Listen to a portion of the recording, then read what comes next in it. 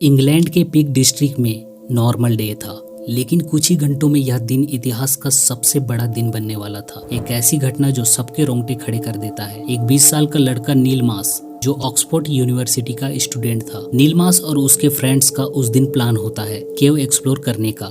सभी लोग एक नई और कम खोजी गई केव को एक्सप्लोर करना चाहते थे। सभी लोग पोर्ट्स होल केव को, जो उस समय पूरी तरह से एक्सप्लोर नहीं हुई थी, और ये गुफा पीक डिस्ट्रिक्ट एरिया में था जहां ये लोग एक्सप्लोर करने जाने वाले थे। सभी लोगों का प्लान होता है कि एक्सप्लोर करते टाइम उसका नक्शा बनाना और कुछ नए रास्तों को आइडेंटिफाई करना।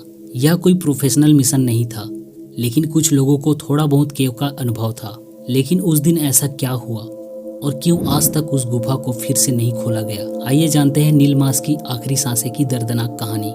22 मार्च 1959 इंग्लैंड के पीक डिस्ट्रिक्ट का रहने वाला नील मास अपने 4 दोस्तों के साथ केव एक्सप्लोरेशन के लिए जाता है। यह कोई आम गुफा नहीं था, बल्कि कम एक्सप्लोरेशन वाला डिफिकल्ट केव था, जिसका नाम पोर्ट्स होल केव था। पोर्ट्स होल केव को उस समय बहुत कम ही लोग जानते थे। उस समय ना ही कोई मैप था और ना ही अंदर के खतरों का अंदाजा। वे लोग सिर्फ एक एडवेंचर पर नहीं थे, वो इस उम्मीद में थे कि गुफा की किसी गहराई में ऐसा रास्ता मिलेगा जो उन्हें उस मुकाम तक ले जाएगा जहां कोई पहले नहीं गया।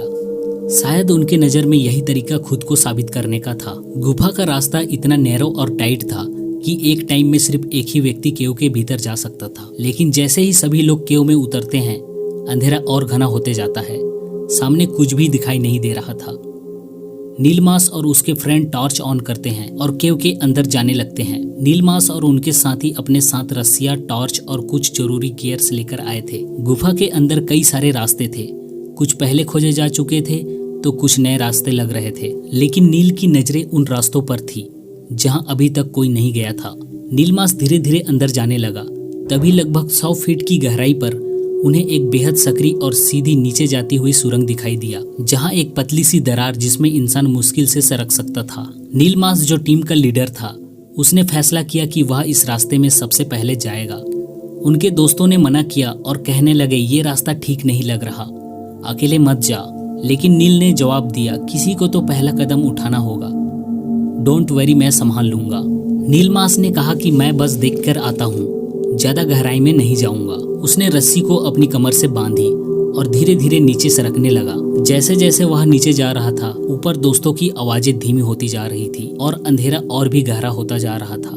करीब 100 फीट नीचे पहुंचने के बाद अचानक एक मोड़ पर नील मास का शरीर फंस गया। सकरी दीवारें, चिकने कीचड़ और भारी चट्टाने के बीच वो जगह इंसान के लिए नहीं थी। नील मास ने ऊपर आवाज दिया और कहने लगा, मैं नीचे अटक गया हूँ, मुझे ऊपर खींचो।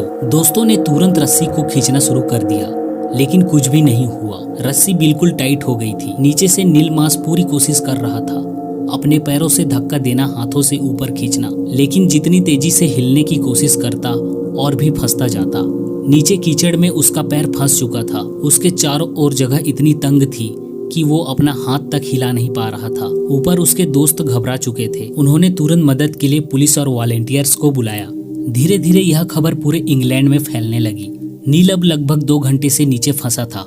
उसके सांस लेने की आवाज धीमी होती जा रही थी। गुफा के उस हिस्से में ऑक्सीजन की मात्रा लगातार गिरती जा रही थी। ऊपर से किसी को नहीं पता था कि अंदर क्या चल रहा है। रेस्क्यू टीम पहुंची, लेकिन चुनौती यह थी कि वह रास्ता इतना सकरा और वर्टिकल था, कोई भी इंसान वहां तक ठीक से पहुंच नहीं सकता था। उन्होंने कोशिश किया रस्सी बदलना, उसके ऊपर से ऑक्सीजन भेजना, मिट्टी हटाना, लेकिन जितना मिट्टी हटाते उतना ही मिट्टी गिरने लगता, जिसकी वजह से नील के ऊपर और भी दबाव बन रहा था। अब ये सिर्फ एक रेस्क्यू का मामला नहीं था, अब ये रेस बन चुकी थी, मौत और समय के बीच की। नील जिस जगह पर फंसा था वो एक वर्टिकल शाफ्ट था, यानी एक लंबी सकरी सुरंग जो लगभग 30 मीटर सीधी नीचे जाती थी। धीरे धीरे यह खतरा और भी बढ़ने लगा। ऑक्सीजन की कमी होने लगी, लेकिन सबसे बड़ी मुसीबत थी कार्बन डाइऑक्साइड। नील मास की सांस से निकल रही CO2 गुफा में जमा होने लग रही थी। नील मास का दम घुटने लग रहा था। रेस्क्यू टीम को अंदाजा था कि अब वो नहीं बच पाएगा, क्योंकि ऑक्सीजन की मात्रा कम हो चुकी थी। 3 दिन तक यह प्रयास जारी रहा, 72 घंटे, लेकिन हर गुजरते पल के साथ गुफा कब्र में बदलती जा रही थी। रेस्क्यू टीम की एक महिला सदस्य जॉन बेली आखिरी इंसान थी जिन्होंने नील की आवाज सुनी। जॉन बेली केव के काफी अंदर तक जा चुकी थी और नील से कहा, हम तुम्हें निकालने की पूरी कोशिश कर रहे हैं। नील ने बहुत धीरे से जवाब दिया, ठीक है लेकिन जल्दी करना। उसके बाद केव के अंदर सन्नाटा छा गया। अंदर कोई हलचल नहीं हो रही थी और न ही कोई जवाब आ रहा था। रेस्क्यू टीम समझ गए कि अब शायद बहुत देर हो चुकी है। रेस्क्यू टीम ने पूरी कोशिश की, लेकिन अब नील का शरीर इस कदर फंसा था कि उसे हिला पाना जोखिम भरा था।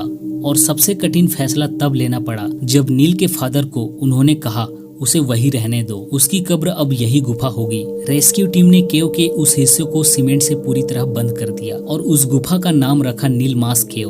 वो गुफा आज एक शांत कब्र है जहाँ नील की आखिरी सांसें अंधेरे की गहराई में कैद है। दोस्तों, नील मास की ये कहानी पसंद आई हो तो हमारे चैनल को सब्सक्राइब करें और अपने दोस्तों के साथ शेयर जरूर करें ताकि इसी तरह के वीडियो हम आगे लाते रहें। मिलते हैं किसी नए टॉपिक के साथ, तब तक के लिए धन्यवाद।